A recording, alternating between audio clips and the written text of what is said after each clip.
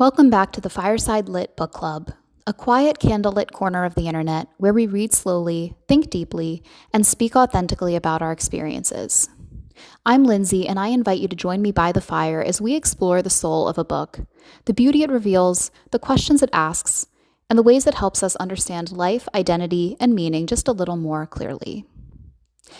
Today's episode is going to be one of the more in-depth episodes I'll be recording on this podcast, so I encourage you to grab a cup of tea, maybe a cozy blanket, and settle in for the discussion we're about to have about one of my most recently read favorite novels, Lincoln in the Bardo by George Saunders.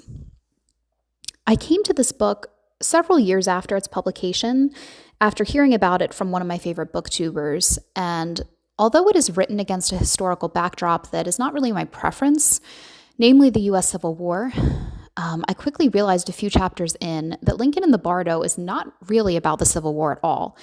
It is, from a surface level perspective, about the death of Abraham Lincoln's son, Willie Lincoln, who historically passed away from typhoid fever in 1862 at the age of 11. But even more than that, it's about the ache of loving someone so much, both in life and in death, that the struggle to hold on to that person is as heart-wrenching as the struggle to let go. I was a couple months postpartum when I first picked up this book, and I gotta say, I imagine it hits differently for parents. I don't believe I would have been as affected by it before I became a mother because I simply didn't understand back then what parental love feels like. But as a parent, I found myself sharing in the deep grief of Abraham Lincoln, who Saunders portrays quite beautifully as the moral, kind, strong person that he was. And we get several snippets of eyewitness accounts of both Abraham Lincoln and his son, some of which are historically recorded, and some of which I learned after the fact that Saunders fabricates in the same type of style to build on the story and enhance our appreciation of the characters and their love for each other. And the end result is this kind of surreal narrative with experimental writing that follows Willie after his death into a type of limbo called the Bardo, which is the Tibetan Buddhist version of a transitional state between death and rebirth.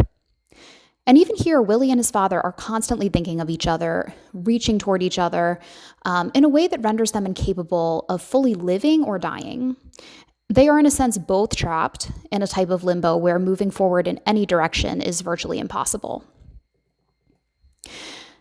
As I have mentioned in previous episodes, I was born and raised Catholic and therefore always had the belief, or at least accepted the belief, that we would all be together again after death, and that death is not the end of the story. But I remember the very first time doubt crept in for me, and that was the day of my papi's funeral, who played a major role in my life. He was like a second father to me. He was present throughout my childhood, throughout many of my young adult years. And as we lowered his casket into the ground, I found myself wondering for the first time, what if this is all there is? What if we are here for a very brief time and we love each other as well as we can, and then the time just comes to say goodbye? I'm still navigating exactly what I believe at this point in my life, but I think no matter where I land spiritually, I will always at a minimum have hope for that something that comes after. But there's also a significant part of me now that accepts that this life may well be all there is. And I think there's a beauty in that acceptance as well, because I think it forces you to treat this life with more reverence, more significance, more gravity. Because one common thing you hear a lot in religious circles, and it really bugs me, is the sentiment that this life essentially doesn't matter because we're here to suffer and we'll all be, rewarded in the next life. But the really scary part about that to me is, what if we're wrong? What if there is no afterlife? We will have wasted this one precious life doing things that didn't serve us, or perhaps not living it to the fullest, because we put too much credence into this concept of eternity, which may or may not even exist.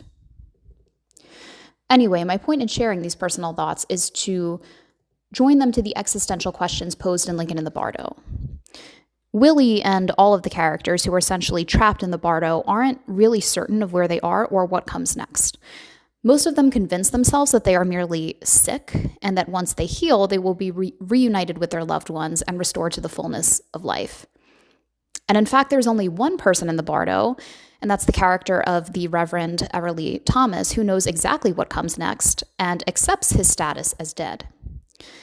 We discover the reason for this later, which I will get into, but first I want to talk about how Willie is affected by the Bardo and how he continues to wait for and long for his father, despite the unyielding wall that forms between the two of them.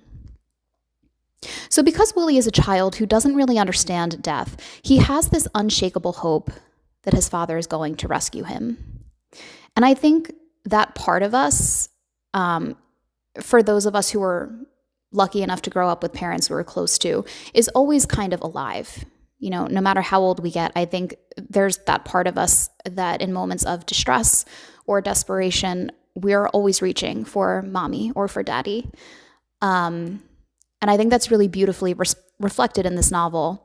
And this hope really forms for Willie when Abraham Lincoln goes time and time again to visit his grave, even going so far as to enter the mausoleum, open the crypt, and cradle his son in grief. And there are historical reports of this actually happening, though it is probably more hearsay than anything else.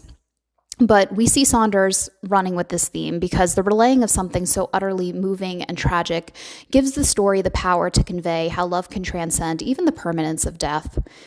And each time Lincoln returns to his son's crypt, all of the other characters in the Bardo are subsequently granted hope that they too might be saved by love. The first time Lincoln visits his son, it is the night of the burial, the night following the burial, and three of the main characters in the Bardo, Roger Bevins III, Hans Vollman, and the Reverend Everly Thomas, narrate the following scene. Lincoln was softly sobbing, his sadness aggravated by his mounting frustration at being lost. He moved stiffly, all elbows and knees. Bursting out of the doorway, the lad, Willie, took off running toward the man, a look of joy on his face, which turned into consternation when the man failed to sweep him up in his arms, as, one gathered, must have been their custom. The boy, instead of passing through the man, as the man continued to walk toward the white stone home, sobbing. He reached the white stone home and let himself in with a key, the lad then following him in. Mr. Bevins, Mr. Vollman, and I, concerned for the boy's welfare, moved into the doorway. The man then did something. I do not quite know how to... He was strong, apparently. Strong enough to be able to slide the boy's sick box. The man slid the box out of the slot in the wall and set it down upon the floor and opened it. Kneeling before the box, the man looked down upon the lad's supine form in the sick box and emitted a single heart-rending sob or gasp, a gasp of recognition, of recollection, of suddenly remembering what had been lost, and touched the face and hair fondly, as no doubt he had many times when the boy was less sick. A gasp of recognition, as if to say, here he is again, my dear child, just as he was. I have found him again, he who was so dear to me, who was still so dear. That's from pages 44 to 47 in my edition of the book, again, narrated by some of the main characters introduced to us in the Bardo. These characters accompany Willie on his journey in the afterlife, though this journey looks different for each of the characters, and their ability to move forward and beyond the Bardo is contingent upon their acceptance. But encounters like the one I've just read between Willie and his father only serve as a type of counterfeit confirmation for most of the characters in the Bardo that they are merely sick, that they will recover, that their loved ones have not forgotten them, and that they will be restored to them eventually. The characters in the Bardo begin to feel that if it is possible for Willie's father to return to him, even in this altered state, it is possible for their own loved ones to return to them. The problem is that these attachments are the very albatross that hinder movement from this limbo into the eternity that awaits them. As I mentioned previously, none of the characters in the Bardo either realizes or accepts that their status is dead. That is all except for one, the Reverend Everly Thomas. His character is probably the most interesting to me because he is written as wise and rather enigmatic until further along in the novel, when we learn that he did in fact pass to the judgment seat after he died, rather than lingering in the Bardo. And believing himself to have been good and righteous in life, was certain he would be judged favorably. But he was met with a terrifying divine presence rather than the merciful one he had expected. He described seeing an all-powerful light during his judgment, and instead of hearing promises of salvation, he senses condemnation and an overwhelming certainty that he was not going to heaven and is instead destined for hell. And this vision is so terrifying to him that he refuses to go forward into judgment and instead turns and runs back to the safety of the Bardo. This, for me, was one of the most haunting parts of the novel, where a reverend who had devoted his entire life to God describes judgment as terrible beyond description. And it made me consider what judgment would look like if that is a reality that awaits each of us, and what Saunders was trying to convey with this scene. What I took from it was that even a man of faith cannot let go and surrender in the face of the unknown. We humans are notoriously bad at surrender. We greatly value predictability, even if that means we stay in limbo our whole lives. Reverend Everly knows that the Bardo is no place to spend eternity, which is why he is so committed to helping Willie navigate his own journey through the afterlife. Yet he is unwilling to face judgment. Perhaps God's, perhaps his own. Which brings me to my next point. I believe Saunders was playing with the idea of self-judgment here. We are each masters of self-inflicted guilt and shame. And most people are naturally compassionate and supportive to others, but are skilled in the art of self-flagellation. I think a character like Reverend Everly Thomas feels he will be judged so harshly because he judges himself so harshly. He held himself to the highest standards while he was alive and approached death confidently because of how good he felt he was during his time on Earth. It is only in the wake of death, though, that he begins to doubt himself. Maybe this is because, as flawed humans, when we are faced with the prospects of eternal love, forgiveness, mercy, and joy, these things are so effulgent that we feel more than ever our fallen human nature in their presence. Maybe judgment is less about God rewarding or condemning us and more about perfect honesty, acceptance, and surrender. This idea that, yes, I have done wrong in my life over and over and over again, but if this type of goodness still exists and welcomes me in, then I have to forgive myself. And if I can't, maybe that's where condemnation occurs. This is, in fact, what pretty much all of the characters in the Bardo grapple with. They don't do the haunting as we would expect of traditional ghosts, but are instead haunted by their own pasts, caught in a liminal state by, what they did or didn't do. And ironically, this is the very thing that keeps them bound to this limbo and incapable of moving forward into whatever comes next. You can't accept the future if you haven't come to terms with the past, and doing that involves a radical self-forgiveness that most of us are not really capable of. We might not think we're holding on to shame or regret, but these are often the very things that keep us chained in a perpetually unsettled state. Becoming free enough to move beyond the Bardo centers around one thing and one thing only: acceptance. Acceptance of everything that happened while these characters were alive, and acceptance of their current condition. Once they are able to accept that they are in fact dead, they are able to let go, and it's Willie Lincoln's character that enables them to finally do this. Because his father's grief is so intense and his love is so palpable, the ghosts rally around Willie to help him avoid becoming trapped like they are, and when they do this, they eventually confront their own denials. And this brings us to the latter half of the novel, where Willie finally understands that he can't wait for his father to save him because nothing is going to save him. He has to release his own attachment, and that is the moment he's able to move beyond.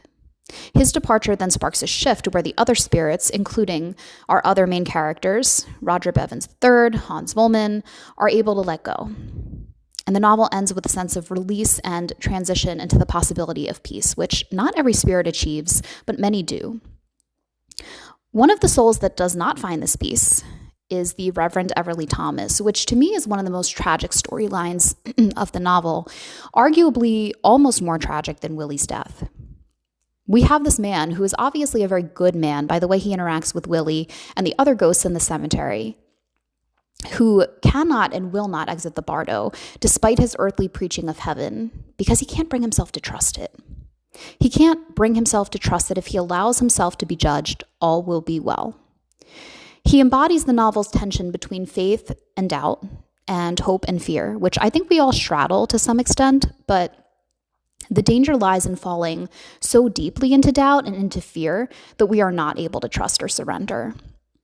I find that I very much relate to the Reverend's inability to trust. I probably, for that reason alone, don't make a very good candidate for faith. I'm constantly seeking assurance and reassurance, and I don't just love certainty on a human level, I thrive on it. And I find myself falling into extreme anxiety and despair when I don't have it. It is very, very difficult for me to surrender, and learning to do otherwise will probably be a lifelong journey for me. But I hope someday, I'll be able to trust in a way that dispels all the anxiety I've held in my life. So in conclusion, Lincoln in the Bardo is so much more than just a historical fiction novel. It is a highly emotional, powerful, thought-provoking read about the transience of life, the regrets and fears we face as we live and die, and then having the courage to face those regrets and fears head on, undeterred by the consequences. As you delve into this book, I encourage you to sit with the unanswered questions Saunders poses about eternity and let yourself be swept up in them. Ask yourself some of these harder questions, like, what do your attachments look like? What would it mean to be free of them? Are you someone who is able to accept things as they are, or are you constantly chasing an unrealistic perfection that holds you back? And finally, one of the more romantic and poignant questions, who is the great love of your life? Who would you linger in the Bardo for just to have a little more time with them?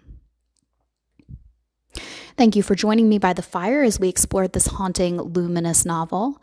If you enjoyed today's discussion, I would love for you to subscribe, share the podcast with a fellow reader, or leave a review. It helps this community of readers keep growing. Also, I would love for you to share in the comments what your thoughts are about the afterlife. What did you grow up believing? What are your beliefs today? Until next time, keep reading deeply, keep reflecting, and remember, every story has a way of showing us a little more of what it means to be human.